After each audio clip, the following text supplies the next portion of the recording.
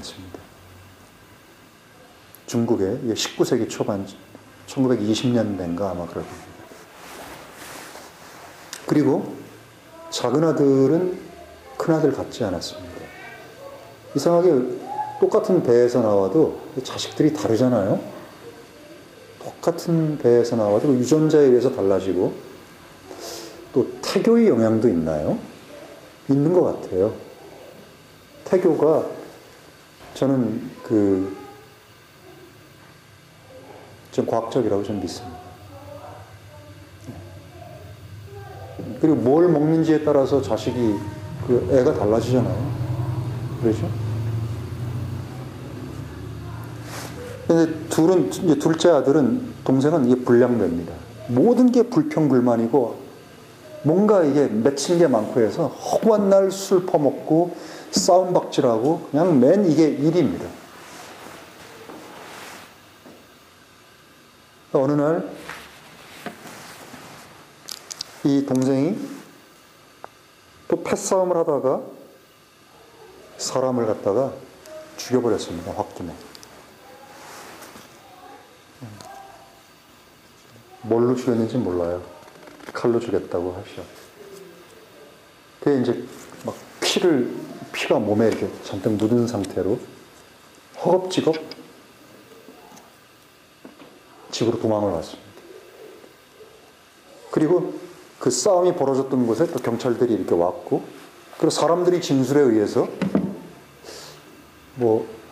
누가 칼로 어떻게 해가지고 사람을 죽인 것 같다. 그래서 이제 수소문해가지고 경찰들은 이제 그를 쫓아오고 있고, 부지런히 이제 집에 들어가서 우당탕탕거리고 이제 문 열어달라 그래가지고 들어가서 형하고 딱 마주쳤는데, 형이 그 동생을 딱 보는 순간에 무슨 일이야? 그랬더니, 형, 내가 어떻게 하다가 내가 사람을 나도 모르게 그냥 칼로 확 찔러가지고 죽여버렸어. 막 손에 막 피가 묻어있고 옷에 피가 묻어있고 막 이런 상태였습니다. 근데 조금 지나가지고 얼른 문을 딱 닫고 안으로 들어오라 그래가지고 이제 손을 씻기고 어떻게 하려고 하는 차에 갑자기 하면서 문 열어! 경찰이 들이닥쳤다는 거예요. 그 순간에 형이 얼른 동생에게 네 옷을 벗으라 라고 얘기를 하고, 자기 옷을 벗어서 동생에게 입혀주고, 동생의 옷을, 피 묻은 옷을 자기가 입고, 그리고 그 피를 자기 손에다 막 묻히고 동생 보고 이제 씻으라 그런 다음에, 그러고 나서 이제 문을 열어줬습니다. 경찰이 이제 탁 들이닥쳤고, 경찰이 딱 형을 보자마자 이놈 잡았다 그래가지고 이제 딱 붙잡았습니다. 그 순간에 형이 제가 죽을 죄인입니다. 그 말을 이제 반복해서 계속했어요. 그리고 이제 그는 경찰서에 끌려가가지고 조사를 받고, 조사를 받는 동안에 내내 네가 죽였지? 예, 제가 죽을 죄인입니다. 저는 죽어 마땅한 사람입니다. 계속 그렇게 얘기를 하니까 경찰이 아무런 더 이상 의문의 여지가 없죠. 그래가지고 이제 송치를 해가지고 재판에서 사형에 선고함. 너는 행실이 아주 나쁘고, 그리고 칼로 찔러서 사람을 죽이게 했으니까 사형이다. 그래서 사형 선고를 받고 구치 형무소에 들어가서 거기서 이제 그 수용 생활을 합니다. 근데 이 교도소장이 아무리 봐도 사람이 너무나 건실한 거예요. 성실하고 정직하고 얼마나 열심히 일하고 사람들에게도 다정하고 잘하고, 이상하다 하는데, 그래도 정말 네가 죽였냐? 난 네가 죽였다고 믿어지지가 않아. 막 이렇게 설명을 해도 아닙니다. 전 죽을 죄인입니다. 저는 마땅히 죽어야 될 죄인입니다. 이 말밖에 안 하는 거예요. 그리고 이제 어느 날 이제 드디어 이 교도소장에게 사형 집행하라고 하는 명령이 떨어졌습니다. 내일 죽어야지 됩니다. 그래서 이 교도소장이 그를 불렀습니다. 야, 내가 너를 너무너무 아끼는데 넌 내일 죽는다. 내가 너한테 마지막으로 해주고 싶은 게, 나한테 부탁할 게 뭐가 없냐. 난 너에게 뭐든지 해주고 싶다. 난 너를 잃는 것이 너무나 가슴 아프지만 진짜 말이다. 네가 죽였니? 저는 죽을 죄인입니다. 근데 제가 한 가지 소원이 있습니다. 내가 이 편지를 하나 써놨는데 이 편지를 절대 내가 사형 집행이 되기 전에는 아무에게도 보여주지 말고 내가 죽고 나거든 이 편지를 제 동생에게 꼭 전해주십시오. 직접 전해주십시오. 이 교도소장이 그렇게 하겠다고 약속을 하고 그날 그는 죽었습니다.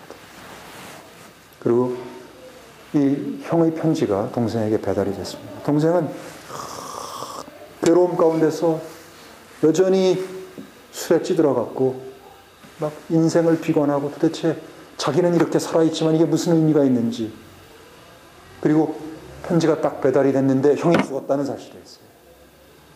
그러니까 막 그 배달된 교도소장이 그걸 배달을 해가지고 와서 자기한테 보여주는데 막 그냥 미친 듯이 울부짖으면서 날뛰는 겁니다. 형 안 돼! 형이 왜 죽였어? 내가 죽였는데 왜 형이 죽어야 되는 거야? 이러면서 막 펄펄 뛰면서 편지를 찢어갖고 읽어보는데, 편지를 먼저 읽어본 모양이에요. 거기에는 얘야, 동생아, 나는 너를 대신해 너로서 죽는다. 너는 나를 대신해 나로서 살아다. 그 말만 딱 적혀 있었습니다. 그 말은 만에 하나라도 그 편지가 미리 찢어져서 밝혀질 것을 두려워해가지고 그 말만 형이 쓴 거예요. 나는 너를 위해 너를 대신해 너로서 죽는데 너는 나를 위해 나로서 살아다. 그 편지를 보는 순간에 완전히 이 동생은 울부짖으면서 미친 짐승처럼 날뛰었습니다. 내가 죽였단 말이에요. 내가. 교도소장님, 실은 형이 죽인 게 아니라 내가 죽인 거란 말이에요. 제가 죽였어요. 정말입니다. 이건 막 그런 난리가 나가지고 사형은 이미 첫 싸늘한 시체로 형은 변하고, 그리고 다시 조사가 이루어졌습니다. 조사를 해서 딱 보니까 이게 영락없는 동생이거든요. 너 그때 어떻게 됐어? 그랬더니 막 상황을 정확하게 설명을 하는 거예요. 형은 설명을 못했거든요, 그거를. 뭐 어느 장소에서 그 녀석이 누구였는데 나한테 무슨 말을 해가지고 내가 뭐 멱살을 잡고 싸우다가 뭘 어떻게 하길래 부엌으로 가가지고 내가 식칼을 들고 내가 찔렀습니다. 이걸 정확하게 딱 설명을 하니까 경찰을 비롯해서 모두가 아주 그냥 아연실색하면서 이놈이 범인이었는데 왜 잘못해가지고 다른 사람을 죽였구나 이렇게 된 겁니다.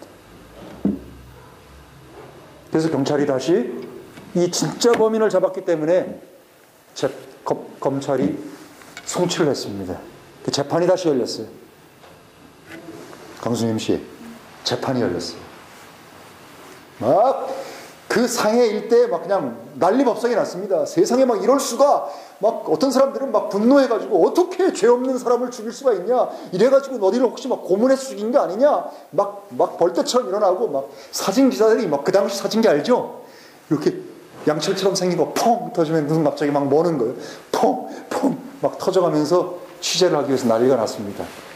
동생이 붙들려 왔습니다. 죄수복을 입고 앞에 수갑을 포승줄에 매달려갖고, 네가 죄인이냐, 네가 죽였냐, 어떻게 죽였냐, 그대로 신문을 다 했습니다. 그리고 나서 판결이 내렸습니다. 4368번 무죄가 선고됐습니다. 왜 그랬대요? 강수님 씨, 왜 그랬대요?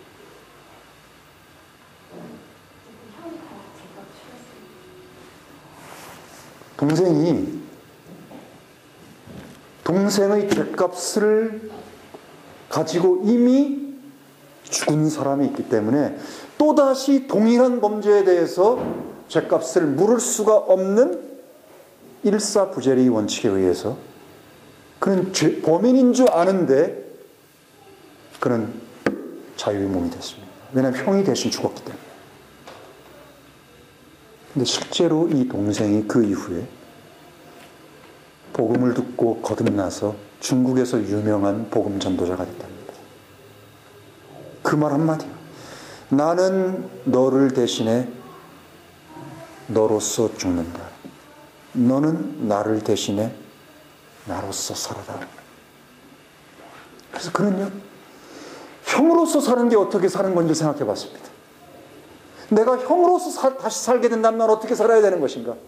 형이 무엇을 말했고 무엇을 생각했고 무엇을 읽었고 무엇을 먹었고 무엇을 행동했고 어떻게 살았는지를, 그는 비로소 미친 형이라고 여겼던, 교회 나가고 성경책이나 보고 사람들에게 일하고 나서 남은 거 다 나눠주고 하는 이 일들을 하는 형을 미쳤다고 생각하고 어리석다고 생각했는데, 드디어 형으로서 사는 게 무엇인지를 성경을 펼쳐보고 하나님 말씀을 듣고, 그리고 나서 그 마음이 성경에 기록되어 있는 십자가에 매달려 죽으신 예수께서 바로 모든 인류의 죄를 그분이 다 되지고 쓰고, 죄 없는 그분이 너희 모두의 죄를 내가 다 대신 지고 내가 죽음으로써 너희들을 죄 없는 존재들로 만들어 주겠다라고 약속하시고 죽으셨다는 사실을 그는 분명하게 알게 되었고 보게 되었고, 그것이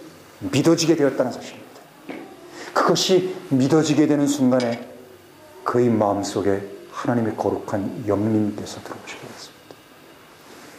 믿음과 영님이 동시에 그 안에 찾아오죠.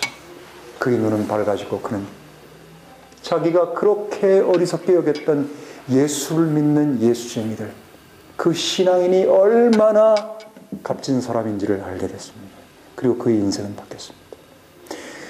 여러분, 하나님의 구원의 방법이 무엇입니까? 제가 지금 설명한 그것입니다. 그것은 바로 대속입니다. 대신 값을 치르는 겁니다. 하나님의 구원의 방식은 사람, 네가 네 죄값을 치고 썩을 거사, 네가 그따위로 해놓고 그렇게 살고 그런 짓을 하고 그렇게밖에 하지 못하면서 네가 스스로 네 죄값을 해결하고 그리고 내 앞에 오란 말이야 라고 요구하지 않으셨다는 사실입니다. 왜 안 하셨을까요? 단지 사랑만 했기 때문에요? 사랑하셨기 때문에 맞습니다. 그러나 그것만이 답이 아닙니다. 물론 그 사랑이라는 말 안에 모든 게 표현되지만, 하나님은 죄가 들어와서 육체가 돼버린 인간의 철저한 허무와 연약과 하나님의 구원을 이루는데 그가 얼마나 무익한 존재인지를 하나님 창조주는 이미 알고 계셨던 겁니다. 죄가 들어온 인간은 그래서 곰팡이 하나가, 누룩 하나가, 뜸씨 하나가 온전한 것 안에 딱 들어오는 순간에 이미 그거는 부패돼 버린 겁니다. 한 톨만 들어와도요. 아담 속에 들어온 죄가 인류를 어떻게 디베스테이트 시키고 디테리오레이트 하고 얼마나 사람을 디그레이디드 시키는지를 하나님은 이미 알고 계셨습니다. 사람으로부터 시작돼서 사람의 힘과 애씀과 노력과 그냥 가가지고 헌금하고 새벽재단 쌓고 매일 안 빠지고 예배드리고 하나님 앞에 그냥 회개하고 이런 모든 기독교의 방법을 통해서는 또 나무아비 하면서 그냥 면벽수절을 하면서 삭발을 하고 깊은 산속에 들어가 이것도 안 먹고 저것도 안 먹고 모든 것들을 절제하고 금식금욕하고 모든 것으로부터 도망쳐가지고 혼자서 그 안에서 이 자기의 사유로부터 이 마음속으로 올라오는 어떤 생각으로부터 마음으로부터 해탈하려고 그것을 이겨보려고 하는 모든 애씀이 불가능하다는 것을, 여러분, 그건 전부 철저한 위선과 가식입니다. 왜 그런 줄 아십니까? 그건 과학이 증명합니다. 그 정금을 만드는 그거 여러분 아시죠? 99%짜리 정금을 만드는 건 99.9%의 정금을 만드는 것보다 쉬울까요? 어려울까요? 강선임 씨. 집중 안 하면 질문 계속 들어갑니다. 자, 99%짜리 순금을 만드는 것이 쉬울까요? 99.9%짜리 만드는